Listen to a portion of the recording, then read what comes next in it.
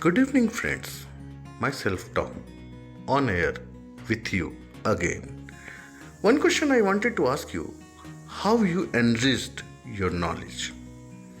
The answer may be by reading good books, debates with amigos, having different opinions. Nowadays, internet is blessing in disguise. The other way out to feed your mind by following successful personalities. I meant that the journey of their life, knowing the obstacles they found and how they get rid of them. That would definitely change your outlook. Recently, I have gone through a video of Mrs. Sudha Murthy, wife of tech giant Mr. N.R. Narayan Murthy. But that doesn't mean that Mrs. Murthy is a shadow of Mr. Murthy. She herself is a great name in socio-upliftment society. I always respect the brains over beauty. You have beauty and it might be lost in the days to come. But if the brain gets its nutritious diet, it flourishes and always be there in society like as precious diamond. One young girl asked to speak about how you make the harmonious relationship with your husband. She answered the question in a hilarious way that touch wood. I had good relationship with my husband since we hardly met. The crowd laughs.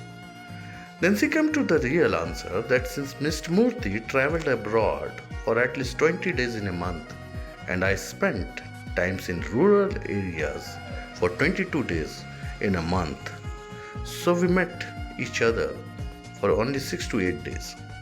Then why to fight?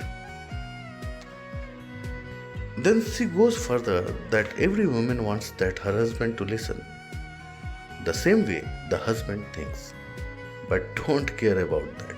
The crowd again laughs.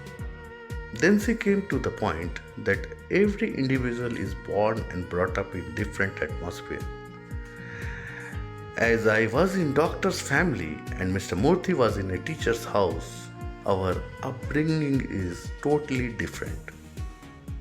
But when I get married to Techie, who ate, drank and slept for his vision, that is now Infosys.